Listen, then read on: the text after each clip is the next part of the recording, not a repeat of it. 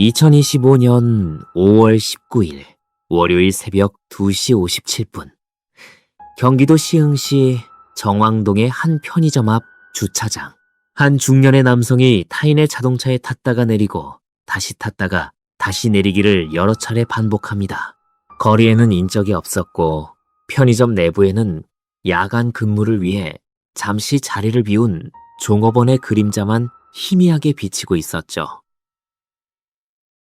그 남성은 그 자리에서 무려 6시간이 넘도록 같은 행동을 반복하고 있었습니다. 새벽 2시 57분부터 아침 9시 30분이 될 때까지 그 6시간 반 동안 그는 무엇을 생각하고 있었을까요? 그리고 그 시간 동안 왜 편의점의 어떤 카메라도 그의 서성거림을 이상하게 여기지 못했을까요? 상식으로는 설명되기 어려운 이 6시간의 기록이 네 사람의 운명을 바꾸기 직전의 마지막 고요였습니다. 오늘 전해드릴 이야기는 실제 사건을 바탕으로 하며 민감한 내용이 포함되어 있을 수 있습니다. 시청에 주의를 부탁드립니다. 이 기록은 단순히 한 범죄자의 행적을 전하기 위한 이야기가 아닙니다. 6개월 전부터 범행 도구를 개조하고 12년 전의 빚을 마음속에 쌓아두고 평소 자신을 험담했다는 이유만으로 이웃을 향해 흉기를 든 한 남성. 그리고 그 남성의 왜곡된 판단 때문에 10시간 사이 4명의 시민이 목숨을 걸어야 했던 하루의 기록입니다. 그리고 안녕하세요. 실화 이야기를 함께 나누는 이 채널에 오신 여러분을 환영합니다. 본격적인 이야기에 앞서 좋아요와 구독은 이런 실화를 더 깊이 다룰 수 있는 큰 힘이 됩니다. 그럼 오늘의 이야기 지금부터 시작하겠습니다. 정왕동은 경기도 시흥시의 서쪽 끝 시화공단에 인접한 주거지역입니다. 공단 노동자들과 중국 동포 그리고 오래 살아온 지역 주민들이 함께 어울려 살아가는 골목이죠. 대로변에는 낡은 편의점과 오래된 식당, 작은 미용실이 줄지어 있고 그 사이사이 저층 빌라와 원룸 건물이 촘촘히 들어서 있습니다. 관광지도 아니고 대도시 중심가도 아닌 이곳에서 사람들은 저마다의 일상을 조용히 꾸려가고 있었습니다. 2025년 5월 그 평범한 골목을 사흘 동안 멈춰 세운 한 사건이 시작되기 직전까지 이곳은 누구에게도 특별히 위험한 동네로 인식되지 않던 곳이었죠. 첫 번째 이야기의 주인공은 정왕동의 한 세븐일레븐 편의점을 운영하던 60대의 여성 점주였습니다. 편의상 첫 번째 피해자라 부르도록 하겠습니다. 이웃들의 증언에 따르면 그녀는 이 골목에서 인품이 아주 훌륭하고 정말 착하신 분으로 통하던 사람이었습니다. 밤늦게 들어오는 공단 노동자들에게는 따뜻한 말 한마디를 건넸고 지갑을 두고 온 단골 손님에게는 다음에 갚아도 된다며 물건을 먼저 내어주곤 했죠. 이웃의 한 택시기사는 훗날 취재진에게 편의점 사장님은 정말 착하신 분이라 이런 일을 당할 이유가 전혀 없었다며 오래도록 말을 잇지 못했다고 전해집니다. 그녀의 하루는 단순하고 성실한 반복이었습니다. 새벽에 나와 매대를 정리하고 아침에 들어오는 상품들을 꼼꼼히 확인하고 동네 어르신들에게 가볍게 안부를 물으며 하루를 시작하는 사람. 이웃 가게 사장님들과 교환하던 작은 간식거리, 자주 오는 학생들에게 몰래 덤으로 얹어주던 초콜릿 하나, 그리고 조만간 가까운 곳으로 다녀오고 싶다고 이야기하던 소박한 여행 계획. 이 모든 평범한 다음 주의 풍경이 그해 5월 19일 아침으로 인해 기약 없이 멈추게 됩니다. 가게의 카운터 옆 작은 서랍에는 그녀가 꼼꼼히 정리해둔 단골 손님들의 생일 메모지가 몇 장 놓여 있었다고 하죠. 근처 공단의 노동자분이 몇 월 며칠 생일이니 그날은 음료 하나를 서비스로 주자는 작은 표시. 학생 손님의 수능 시험 날에는 초콜릿 한 조각이라도 꼭 챙겨주자는 메모. 이러한 작은 메모들은 그녀가 이 골목을 단순한 생계의 공간이 아니라 이웃과의 관계로 촘촘히 채워온 삶의 무대로 여겨왔음을 조용히 보여주죠. 그녀의 딸이 취재진에게 전한 바에 따르면 사건이 일어나기 불과 며칠 전까지도 그녀는 다음 달에 있을 지인의 칠순 잔치에 어떤 옷을 입고 갈지 고민하고 있었다고 합니다. 그 칠순 잔치의 날짜는 여전히 그녀의 달력 위에 그대로 남아 있었죠. 두 번째로 소개해야 할 인물은 그녀의 가게와 약 1.3km 떨어진 곳에서 살고 있던 70대의 남성이었습니다. 편의상 두 번째 피해자라 부르도록 하겠습니다. 그는 정왕동에서 오랜 세월 한 건물의 주인으로 지내며 세입자들과 아주 조용한 관계를 이어오던 어르신이었죠. 오전 산책은 그의 가장 큰 즐거움이었고 근처 체육공원의 벤치에 앉아 한참 동안 아침에 햇볕을 쬐는 것이 그가 스스로에게 허락한 가장 따뜻한 시간이었다고 전해집니다. 그 5월의 오후에도 그는 늘 그랬듯 체육공원의 주차장을 지나 산책길로 향하고 있었습니다. 건물의 오래된 세입자들 중 일부는 이 어르신을 두고 참 무난한 집주인이라는 표현을 자주 썼다고 하죠. 월세를 조금 늦게 내도 큰 소리를 내지 않았고 세입자들의 작은 사정에 대해서도 묵묵히 기다려주는 편이었다는 증언이 이어집니다. 사건 당일에도 그는 특별한 일정 없이 그저 평소처럼 체육공원으로 향하는 길이었을 뿐입니다. 자식들과 다음 주말에 가족 식사를 하기로 약속해 두었고 오랜만에 손자에게 줄 작은 선물을 고민하던 평범한 오후였다고 가족들은 훗날 전했습니다. 그 선물이 무엇이었는지 이제는 누구도 그의 입에서 직접 들을 수 없게 되었죠. 그리고 이 이야기에는 또 다른 두 명의 피해자가 있습니다. 피의자와 같은 중국 동포이자 사이좋은 형제였던 50대의 두 남성. 편의상 각각 큰형씨, 동생씨라 부르도록 하겠습니다. 이 두 사람은 오래전부터 피의자와 알고 지내오던 사이였고 지난 12년 동안 피의자로부터 중국 화폐 기준으로 합산 3천만 원에 해당하는 돈을 여러 차례 빌렸다고 합니다. 두 형제가 정확히 어떤 사정으로 그 돈을 제때 갚지 못했는지, 왜 12년이라는 긴 시간이 그대로 흘러갔는지에 대해서는 여전히 명확히 알려지지 않은 부분이 남아 있습니다. 다만 그 두 사람 역시 5월 17일 오후까지만 해도 평범한 저녁 한 끼의 약속을 마다하지 않던 이웃 중에 한 사람이었죠. 이제 피의자 이야기를 잠시 정리해야 할 차례입니다. 이 보도에서는 편의상 차씨라 부르겠습니다. 1968년생. 사건 당시 57세의 중국 국적 남성이자 중국 동포였습니다.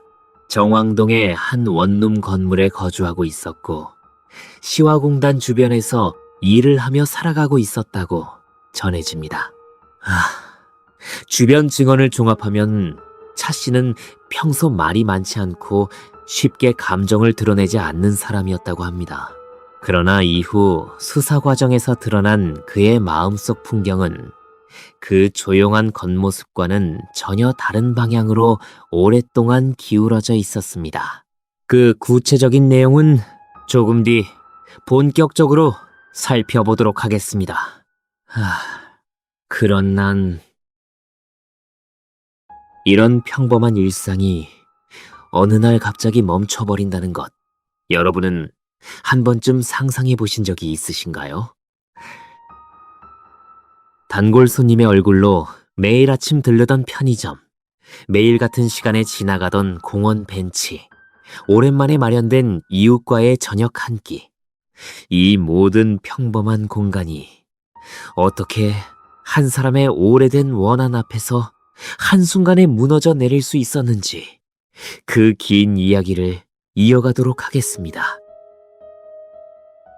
시간을 이틀 앞당겨 5월 17일 토요일 오후 4시 무렵으로 돌려보겠습니다. 차 씨는 정왕동 자신의 거주지로 큰형 씨를 불러냈습니다. 술 한잔 하자는 평범한 이웃 사이의 흔한 제안이었죠. 그러나 그 집안에서 큰형 씨를 기다리고 있던 것은 술자리가 아니었습니다. 차 씨는 6개월 전부터 미리 준비해둔 둔기를 이용해 큰형 씨의 생을 마감시켰고, 그로부터 약 1시간 뒤에는 약 200m 떨어진 동생 씨의 거주지로 직접 찾아가 같은 방식으로 동생 씨의 목숨을 앗아갔습니다.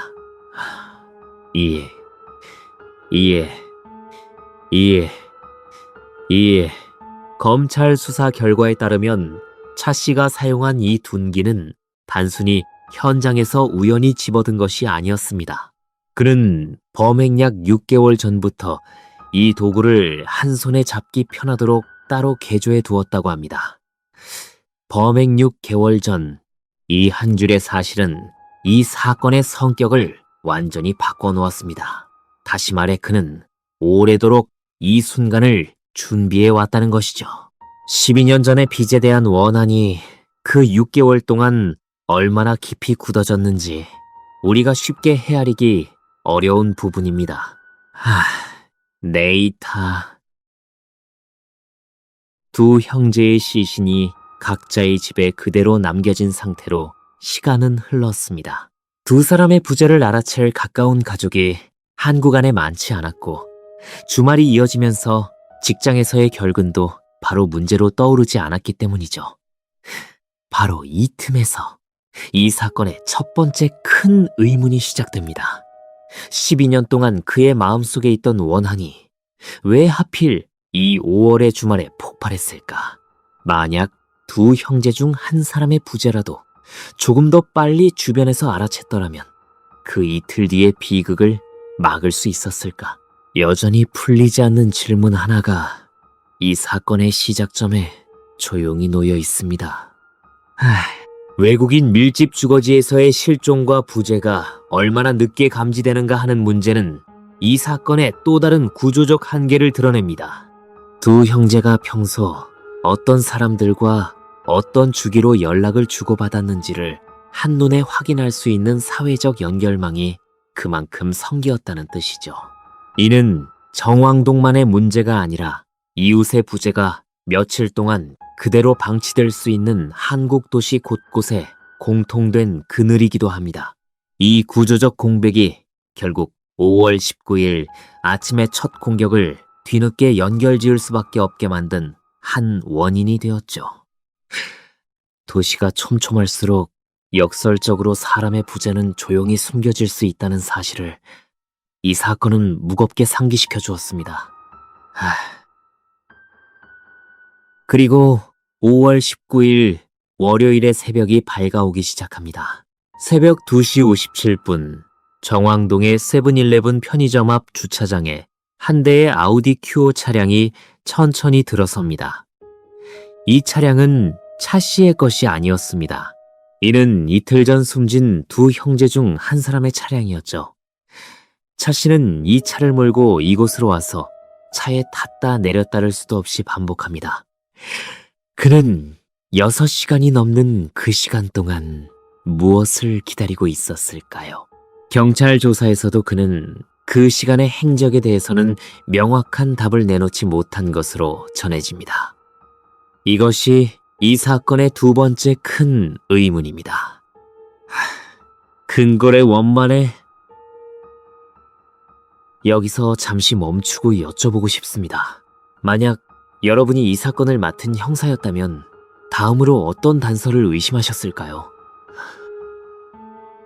6시간 반 동안 한자리에 머물던 낯선 차량일지, 평소 단골이었던 한 남성의 달라진 눈빛일지, 아니면 6개월 전부터 한 손으로 잡기 편하게 개조된 둔기 자체일지, 댓글로 여러분의 추리를 남겨주시면 이야기의 흐름과 비교해보시는 재미가 있을 것입니다. 그럼 다시 사건으로 돌아가 보겠습니다. 오전 9시 34분. 차 씨는 드디어 그 편의점 안으로 들어섭니다.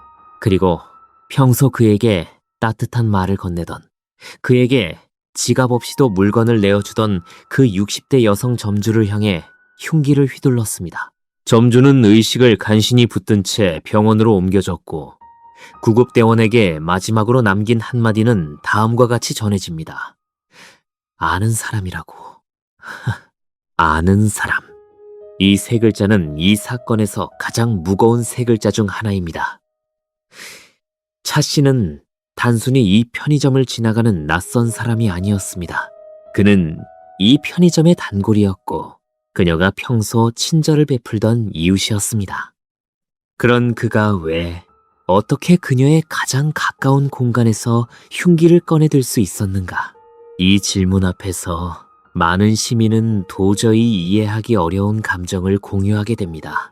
차 씨가 진술한 범행 동기는 평소 자신을 험담했다고 느꼈기 때문이라는 한 줄이었습니다. 자신을 험담했다는 단 한 줄의 이유 앞에서 한 사람의 평범한 아침이 영원히 닫힌 셈이죠.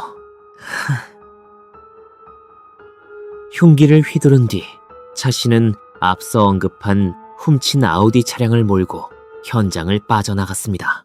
경찰은 곧 차적 조회를 통해 그 차량의 원래 주인을 찾아냈고, 오전 11시경 차량 주인의 자택을 직접 찾아가게 됩니다. 그리고 그 자택 안에서 사망한 지 이미 며칠이 지난 것으로 추정되는 한 남성의 시신이 발견되었습니다. 바로 이틀 전 숨진 형제 중 한 명이었죠. 같은 날 오후 그 집으로부터 멀지 않은 또 다른 주거지에서 두 번째 시신도 확인됩니다.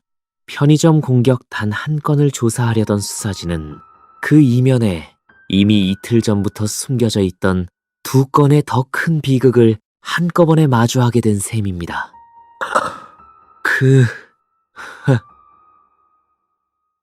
그러나 이 지점에서 차 씨는 여전히 도주 중이었습니다. 그리고 이 도주의 끝에 네 번째 피해자가 있었습니다. 오후 1시 21분 무렵 차 씨는 첫 번째 범행 장소에서 약 1.3km 떨어진 한 체육공원 외부 주차장으로 이동했습니다. 그곳에서 그는 앞서 소개한 70대 남성, 바로 자신이 살고 있던 원룸 건물의 주인을 향해 또 한 번 흉기를 휘둘렀습니다. 다행히 이 어르신은 병원으로 급히 옮겨져 생명의 위기를 넘길 수 있었죠. 차 씨가 이 어르신을 공격한 이유 또한 너무도 단순했습니다. 평소 자신을 무시하는 듯한 태도를 보였다는 것이었죠. 험담했다는 이유 하나, 무시했다는 이유 하나, 이 두 줄의 동기 앞에서 두 사람의 평범한 하루가 돌이킬 수 없는 상처를 입게 됩니다. 한 사람의 뒤틀린 해석이 아무 잘못이 없는 두 시민을 생사의 문턱까지 몰고 간 것이죠. 이 두 줄의 동기가 가진 무게는 이 사건이 많은 시민의 공분을 산 가장 큰 이유였습니다. 우리가 살아가는 평범한 골목에서 누군가가 우리를 단지 마음속으로 험담하거나 무시했다고 느꼈다는 이유만으로 우리의 안전이 흔들릴 수 있다면 그것은 더 이상 한 사람의 문제가 아닌 사회 전체의 문제일 수밖에 없습니다. 같은 날 저녁 7시 24분, 차 씨는 시흥시 시와오 부근 도로에서 경찰에게 긴급 체포됩니다. 그는 마지막까지 자전거를 이용해 도주를 시도하다 한 지점에 자전거를 버린 뒤 그곳에서 약 300m 떨어진 도로에서 붙잡혔습니다. 첫 번째 편의점 공격으로부터 약 10시간 만의 일이었죠. 10시간 만에 2명의 시민이 목숨을 잃었고 2명의 시민이 중상을 입었으며 한 조용한 도시 전체가 거대한 공포 앞에 놓이게 된 셈입니다. 이제 그의 심리에 대해 조금 깊이 들여다볼 차례입니다. 이 사건에서 많은 시민이 크게 놀란 지점 중 하나가 바로 이 부분이었기 때문이죠. 경찰 프로파일러의 면담 결과에 따르면 차 씨는 흔히 언론과 대중이 떠올리는 이른바 반사회성 성향의 사이코패스 유형이 아닌 것으로 확인되었다고 합니다. 많은 사람들이 이런 형태의 연쇄 범행 앞에서 자동으로 사이코패스를 떠올리지만 수사진과 프로파일러들은 이 사건을 그와는 다른 범주에서 분석하고 있습니다. 전문가들은 이러한 패턴을 원한과 울분이 장기간에 걸쳐 누적되다가 계획적으로 폭발하는 유형, 이른바 앙심 누적형 범죄의 전형에 가깝다고 설명합니다. 이 분석이 중요한 이유는 이런 유형의 범죄가 특정한 정신질환으로 설명되지 않는다는 점 때문입니다. 평범한 이웃으로 살아오던 한 사람이 오랜 시간 동안 마음속에 사소한 불만과 오래된 빚을 함께 쌓아두다가 어느 시점에서 스스로 날짜를 정하고 도구를 준비한 뒤 냉정하게 범행을 실행한다는 것. 이는 정신의 이상으로 치부하기 어려운, 오히려 그 반대에 차갑고 계산적인 판단의 결과에 가깝습니다. 바로 그 점이 이 사건을 더욱 무겁게 만드는 이유입니다. 평범해 보이던 이웃이 6개월이라는 시간 동안 자신의 원한을 조용히 정리하고 있었다는 사실. 이 한 문장이 우리 사회에 남긴 그림자는 결코 가볍지 않습니다. 그리만 수사 과정에서 드러난 또 하나의 단서는 차 씨가 범행 직후 경찰에게 이미 사람이 죽은 마당에라는 취지의 진술을 했다는 점이었죠. 즉, 그에게 있어서 첫 두 형제에 대한 범행이 이미 일어난 이상, 이후 이웃 두 사람에 대한 공격은 하나의 연쇄로 이어져 있었다는 뜻이었습니다. 이 논리 앞에서 많은 시민이 공분을 나타냈습니다. 한 번의 범행이 두 번을 정당화하지 않고 하물며 3번과 4번을 설명해 주지도 않기 때문이죠. 평범한 상식에서는 한 번의 실수가 멈춰야 할 신호인 반면 그에게는 한 번의 범행이 오히려 다음 범행의 허가증처럼 작동한 셈이었습니다. 이 지점은 그의 심리가 일반적인 판단 구조와 얼마나 어긋나 있었는지를 가장 선명하게 보여주는 장면이었죠. 또 하나, 많은 이들이 주목한 것은 그의 범행 이후 행동이었습니다. 두 형제의 생을 마감시킨 뒤 차 씨는 그 시신을 각각의 집에 그대로 둔 채 이틀 동안이나 자신의 일상을 이어갔습니다. 숨진 형제 중 한 명의 차량을 몰고 다녔고 새벽에 편의점 앞을 6시간 이상 서성거렸으며 낮에는 아무렇지 않은 듯 시내를 돌아다녔다고 전해집니다. 이 기간 동안 그의 외양에서 어떤 특별한 동요도 감지되지 않았다고 주변 증언은 전합니다. 전문가들은 이러한 감정의 평탄함을 두고 공감 능력이 크게 결여된 상태에서 스스로의 계획을 이성적으로 밀어붙이는 특정 유형의 행동 패턴으로 분석하고 있죠.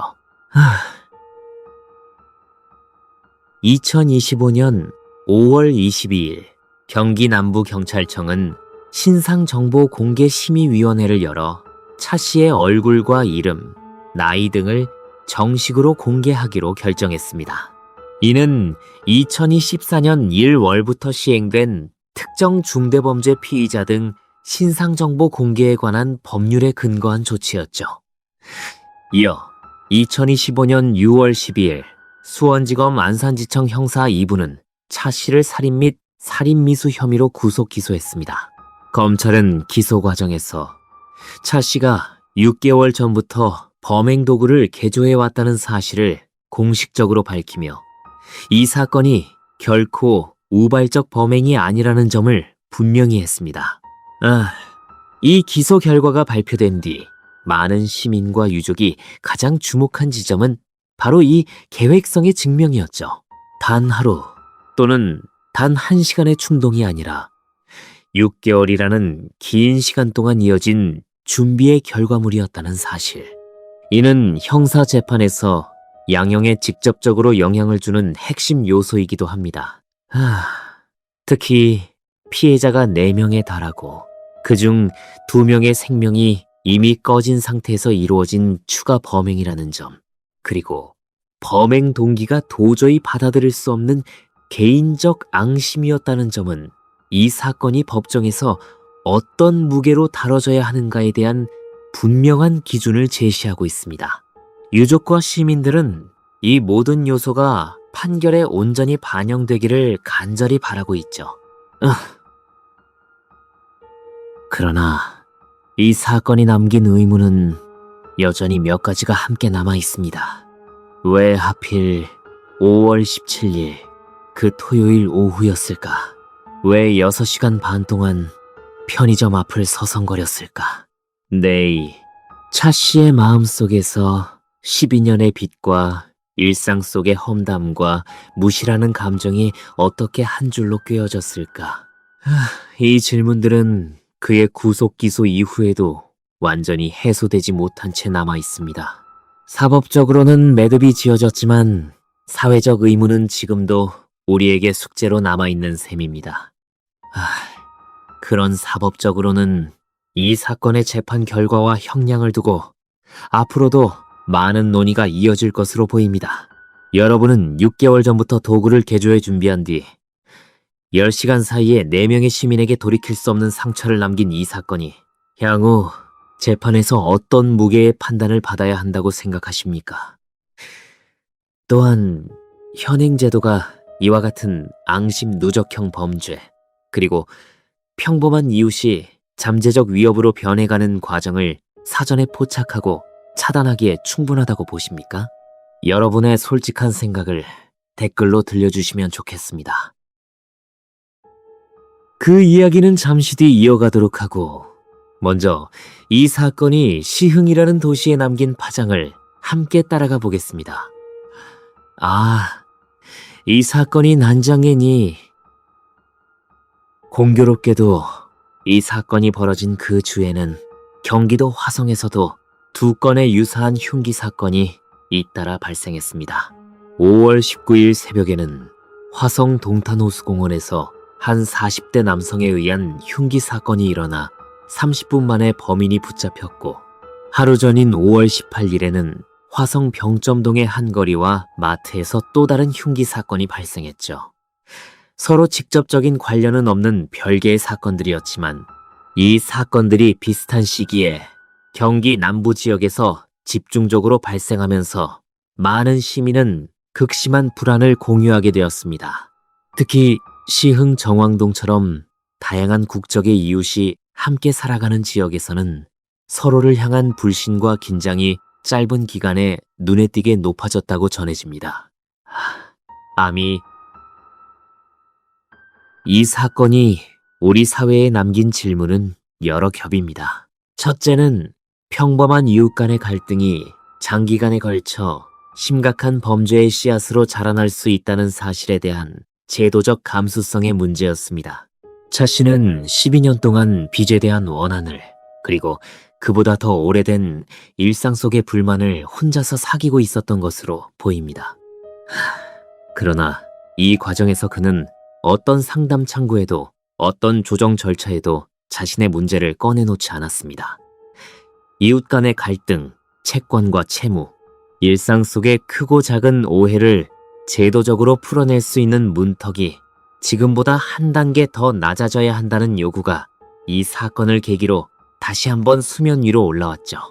제도가 시민의 마음을 일찍 만나지 못할수록 그 마음은 조용히 무거운 방향으로 굳어진다는 사실을 이 사건은 뼈아프게 보여주었습니다. 둘째는 외국인 밀집 거주 지역의 치안과 지역 사회 통합의 문제였습니다. 정왕동은 오랜 기간 내국인과 중국 동포, 외국인 노동자가 함께 어울려 살아온 곳입니다. 대부분의 주민은 평온하게 공존하고 있지만 그 안에서 소수의 갈등이 외부에서 구체적으로 드러나기 전까지 어떻게 감지되고 다루어질 수 있는가에 대해 제도는 충분히 준비되어 있지 않았습니다. 이 사건 이후 지자체와 경찰은 다국적 이웃 지역의 갈등 조정 시스템, 언어 장벽 없는 신고 창구, 외국인 밀집 지역의 야간 순찰 강화 등에 대한 논의를 적극적으로 이어오고 있는 것으로 전해집니다. 다만 이와 같은 제도적 정비가 피해자들이 겪은 그 10시간의 고통을 돌이킬 수 없다는 사실은 지금도 많은 시민의 가슴을 무겁게 하고 있습니다. 셋째는 범행 도구에 대한 사회적 관리의 문제였습니다. 차 씨가 6개월 전부터 한 손으로 잡기 편하게 개조했다는 그 둔기는 사실 우리 주변의 일상적인 물건에서 출발한 도구였을 가능성이 큽니다. 이처럼 누구나 쉽게 접할 수 있는 물건이 개인의 의도에 따라 오랜 시간 조용히 범행 도구로 변해갈 수 있다는 사실은 우리가 이전까지 충분히 의식하지 못했던 현실이었습니다. 이 문제에 대해서는 기술적인 규제보다도 사회적인 감수성과 이웃 간의 작은 관심이 더 중요하다고 전문가들은 입을 모으고 있죠. 평범한 일상 속의 이상한 변화, 갑자기 혼자만의 시간에 몰두하는 이웃, 설명되지 않는 긴 침묵. 이런 작은 신호가 결국 한 사회의 가장 큰 안전망이 될 수 있다는 사실을 이 사건은 조용히 환기시켰습니다. 피해자들이 겪은 그 시간은 우리에게 여전히 무거운 숙제로 남아 있습니다. 첫 번째 피해자인 60대 여성 점주는 이후 오랜 시간의 치료와 재활을 이어가야 했습니다. 그녀의 단골 손님들은 사건 이후에도 그 편의점 앞을 지날 때면 잠시 멈춰서 건물을 올려다보곤 한다고 전해지죠. 그녀가 늘 건네던 따뜻한 말 한마디, 학생들에게 몰래 얹어주던 초콜릿 한 조각, 그리고 조만간 떠나고 싶다고 이야기하던 그 짧은 여행 계획을 이웃들은 지금도 가만히 떠올립니다. 70대 남성 피해자 역시 5월의 그 오후 이후 체육공원으로 향하는 산책길에 한동안 오르지 못했습니다. 아침 햇볕 아래에서 조용히 앉아있곤 하던 그 벤치의 시간은 한 사람의 뒤틀린 판단으로 인해 영영 같은 의미로 돌아올 수 없게 된 셈입니다. 두 형제의 가족들 역시 한국과 중국을 오가며 뒷수습을 이어가야 했고 12년 전에 오래된 빚이 이런 방식으로 돌아올 것이라고는 그 누구도 상상하지 못했다고 한 관계자는 전했습니다. 이 사람의 이야기가 우리에게 던지는 공통의 메시지는 아주 단순합니다. 일상의 평범함은 결코 당연한 것이 아니며 우리가 매일 스치는 이웃 한 명 한 명의 안녕은 수많은 제도와 관계와 작은 관심이 함께 지켜내고 있는 결과라는 사실입니다. 그 안전망 가운데 어느 한 줄이 느슨해질 때 10시간이라는 짧은 시간이 한 도시의 모습을 이렇게까지 바꿔놓을 수 있다는 것을 이 사건은 조용히 증명해 보였죠. 그리고 그 증명의 대가를 치른 것은 아무 잘못 없이 아침을 맞이하던 4명의 시민들이었다는 점에서 우리 사회는 이들의 이름을 결코 가볍게 지워서는 안 될 것입니다. 그 이름들이 법정의 판결문 한 줄과 언론의 한 회차로만 머물지 않고 제도의 문장 하나를 바꿔내는 실제의 변화로 이어지기를 바라는 마음이 오늘 이 이야기를 정리하며 남기고 싶은 마지막 한 줄입니다. 이 이야기를 들으시면서 혹시 여러분이 살고 계신 동네나 주변에서 들어본 비슷한 사건이 떠오르시지는 않으셨습니까? 오랜 세월 속에서 조용히 쌓여가던 누군가의 원한 혹은 평범한 이웃으로만 보이던 사람이 어느 날 전혀 다른 얼굴로 변해버린 순간에 대한 기록. 아주 작은 기억이라도 누군가의 진심 어린 제보 한 줄이 또 다른 비극을 막는 중요한 단서가 될 때가 있습니다. 만약 여러분이 직접 목격하셨거나 알고 계신 또 다른 실화가 있으시다면 댓글창에 조용히 남겨주십시오. 소중한 제보는 저희가 직접 찾아보고 분석해 다음 이야기로 정중하게 전해드리도록 하겠습니다.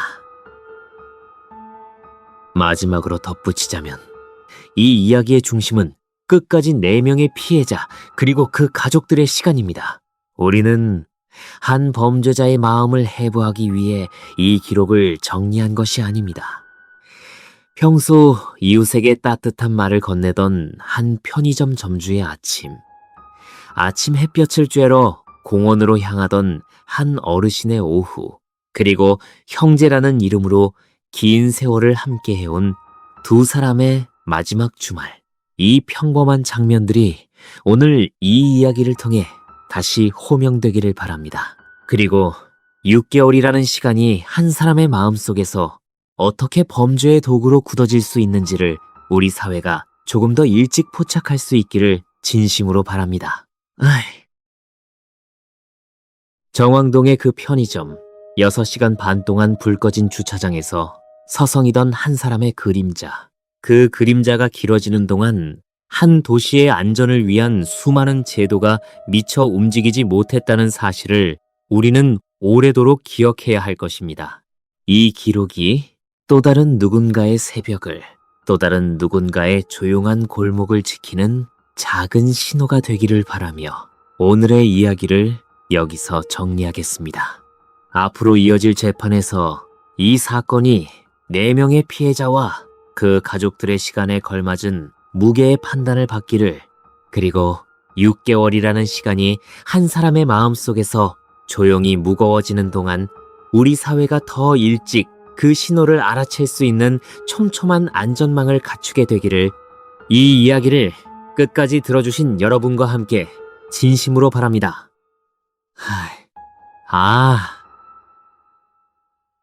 사건 이후 정왕동 주민들은 한동안 밤길을 나서기를 꺼렸다고 합니다. 오래 지나오던 편의점 앞 골목에서 발걸음을 멈추고 주변을 한 번 더 둘러보는 습관이 사건 이후 자연스럽게 생겨났다고 지역 주민들은 전합니다. 그러나 그 두려움이 결코 정왕동이라는 동네 자체의 문제가 아니라는 점을 우리는 함께 기억해야 하죠. 대부분의 이웃은 서로 조용히 돕고 살아가고 있었으며, 이 사건의 무게는 한 개인의 뒤틀린 결정에서 비롯된 것이지 한 지역의 특성에서 비롯된 것이 아니기 때문입니다. 이 이야기가 특정 국적이나 특정 직업에 대한 편견으로 흘러가지 않도록 경계하는 것 역시 우리가 이 사건에서 배워야 할 또 하나의 교훈일 것입니다. 오늘 이야기가 여러분의 마음에 조금이라도 남았다면 좋아요와 구독, 그리고 알림 설정으로 함께 해주십시오. 다음 이야기에서 다시 찾아뵙겠습니다. 다음 이야기도 소름 끼치는 실화입니다. 준비되셨다면 계속 들어주십시오.